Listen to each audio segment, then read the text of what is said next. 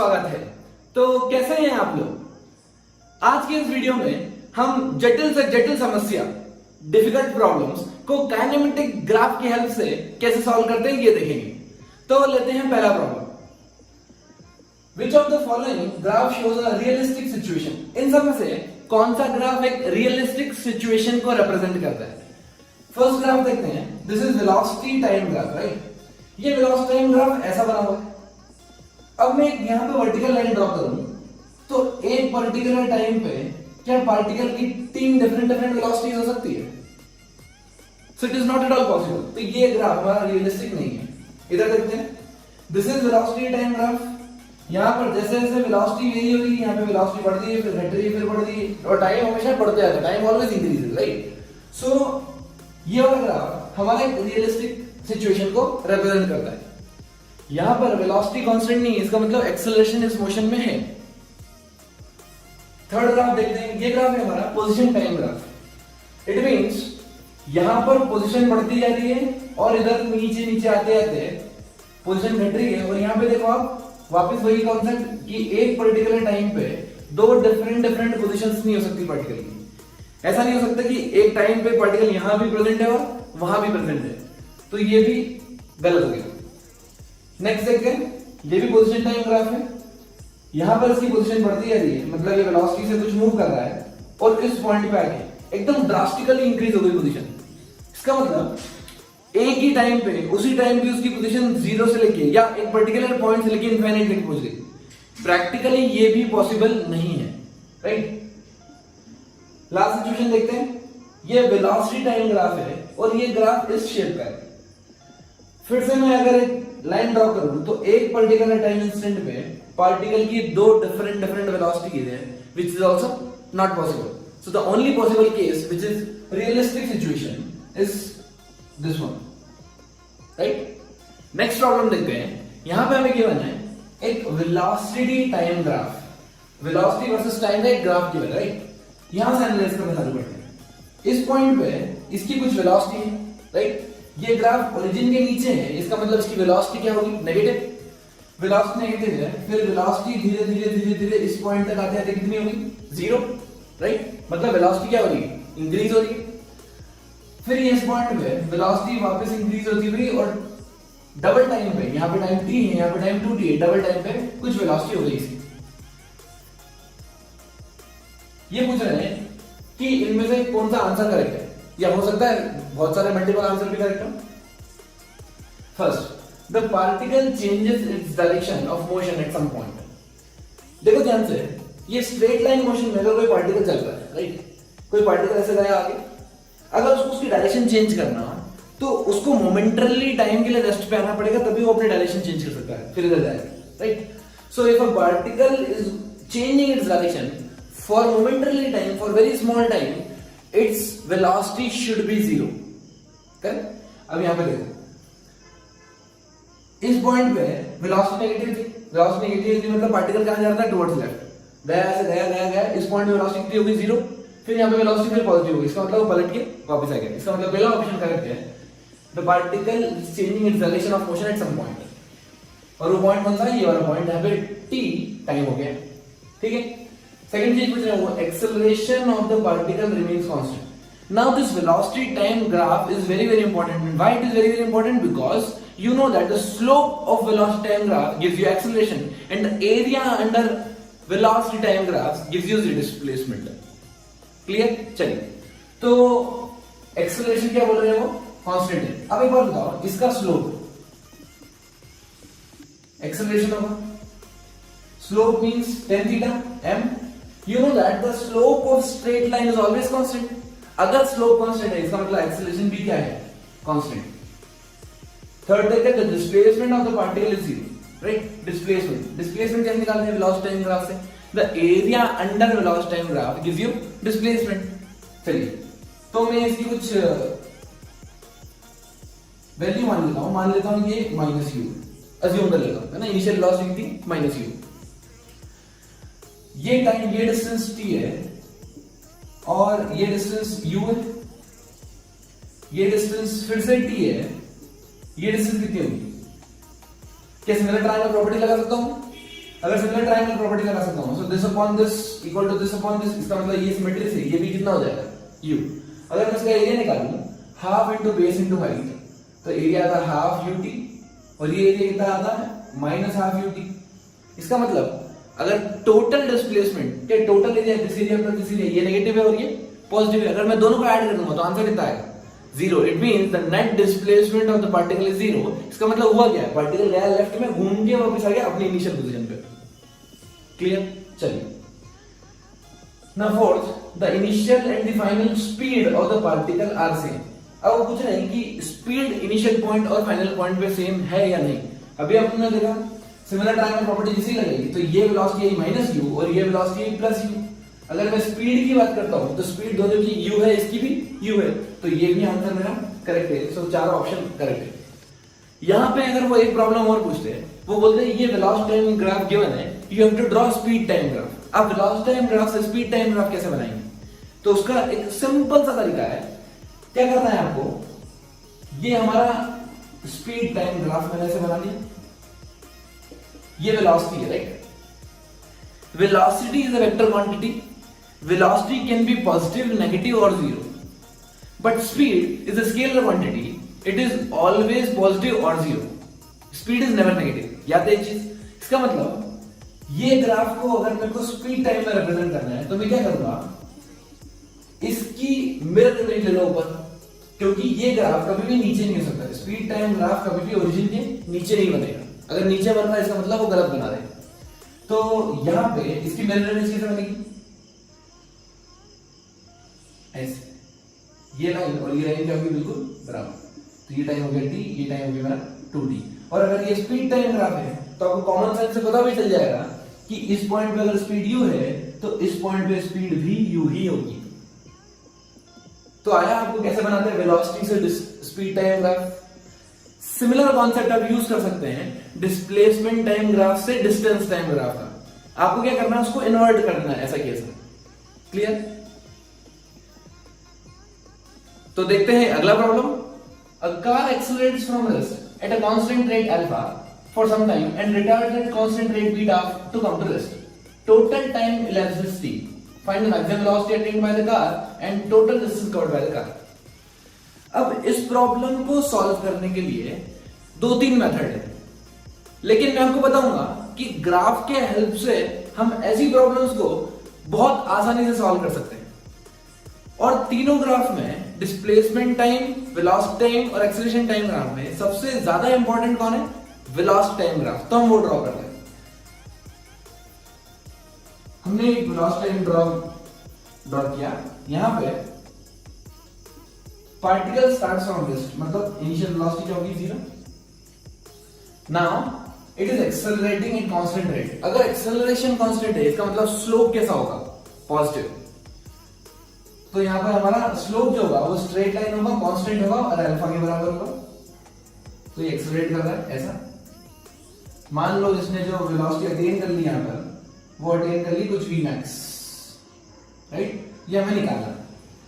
और इस जर्नी में यहां से यहां तक उसने टाइम लिया होगा t1, ये मैं अज्यूम कर रहा हूं, t1 मैंने अज्यूम कर लिया, राइट ना। And it retards at constant rate beta. अब बीटा से वो क्या कर रहा है, रिटार्ड कर रहा है। इसका मतलब उसकी स्पीड क्या हो रही होगी, कम। स्पीड का वॉल्यूम क्या मतलब नीचे आ रहा होगा, वो भी कांस्टेंट रेट से, मतलब अभी क्या होगा, स्ट्रेट लाइन ही बनेगा। तो यहां पे मैं बना रहा स्ट्रेट लाइन बना ऐसा। And finally comes to rest, तो इस पॉइंट पे आके 0 हो गया। मैं मान लेता हूं यहां से यहां तक जो टाइम लगा वो लगा स्मॉल t2, ये भी मैंने अज्यूम किया, right. Now what is given, total time is t, मतलब यहां से यहां तक का टाइम क्या है t। क्या चीज क्लियर है? चलिए अब इसको सॉल्व कैसे करते हैं। वेलोसिटी टाइम ग्राफ का स्लोप एक्सेलरेशन देता है और वेलोसिटी टाइम ग्राफ का एरिया डिस्प्लेसमेंट देता है।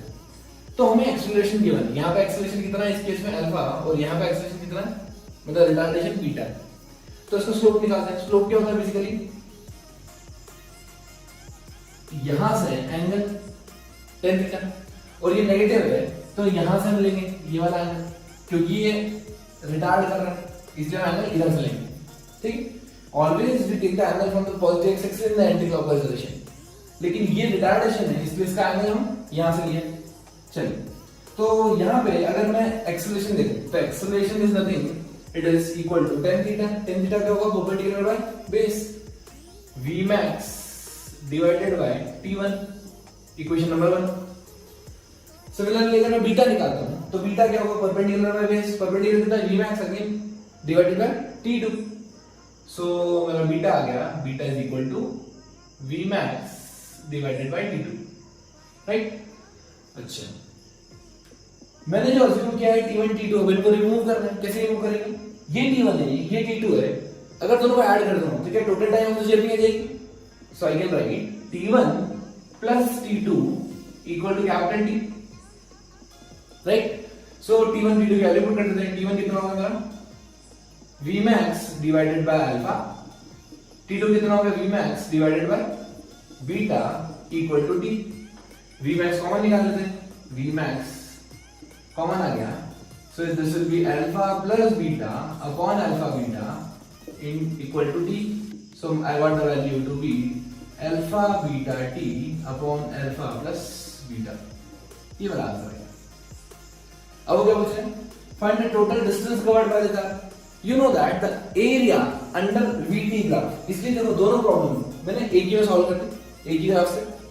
अगर मेरे को उसका एरिया पता पड़ गया तो क्या मेरा आंसर आ जाएगा।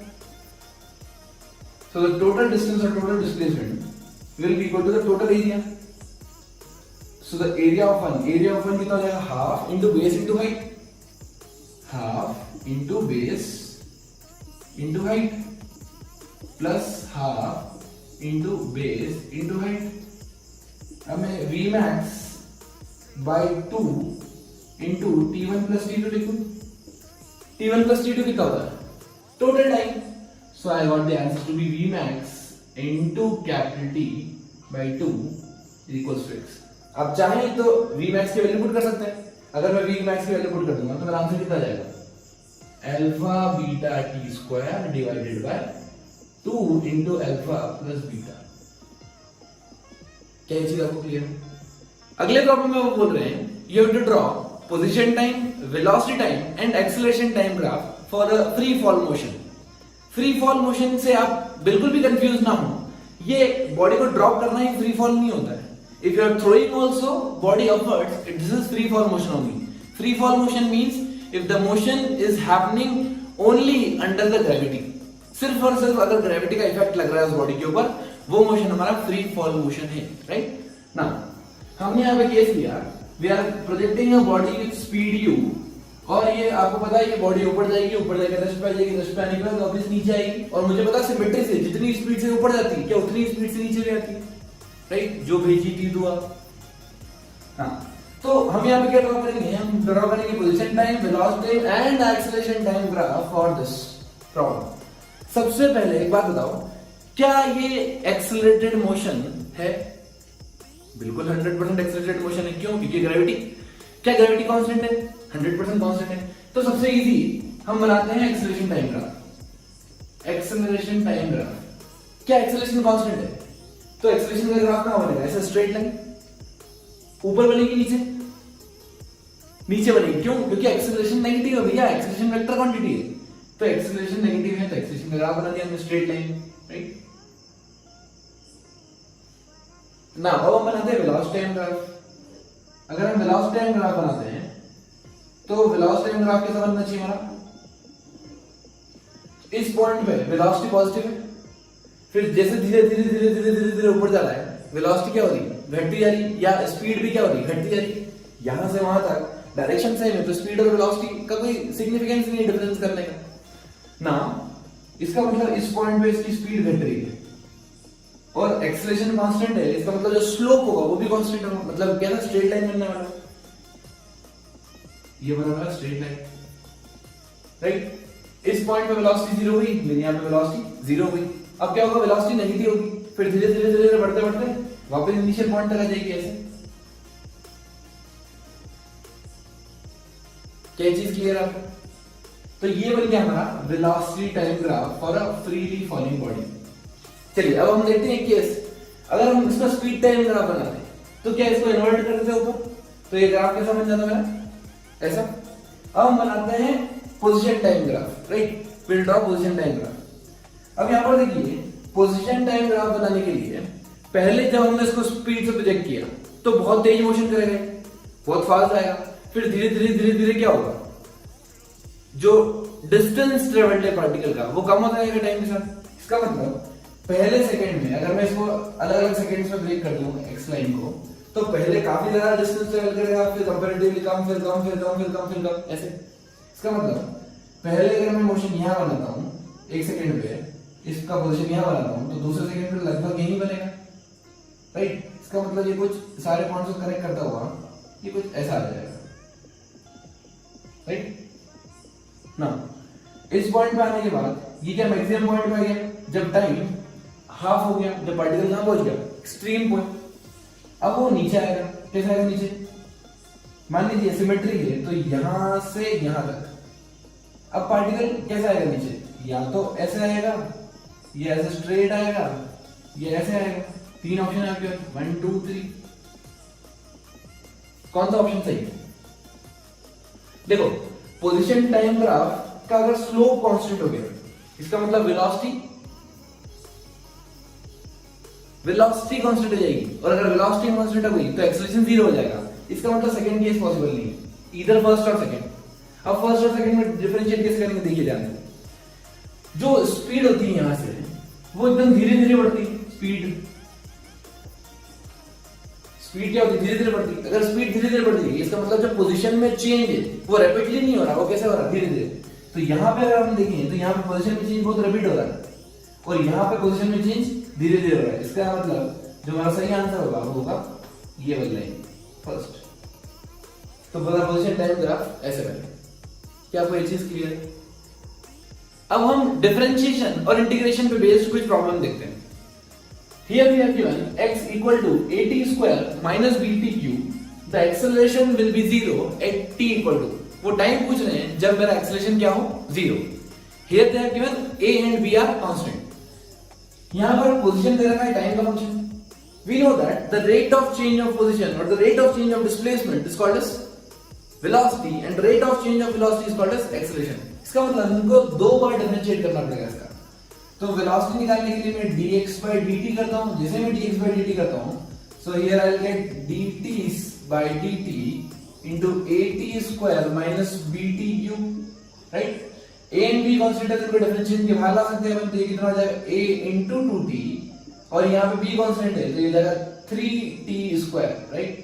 आपको डिफरेंशिएशन आना चाहिए, राइट। नाउ ये मेरे वेलोसिटी आ गई। अब हम एक्सेलरेशन निकालेंगे। It is dv by dt, rate of change of velocity.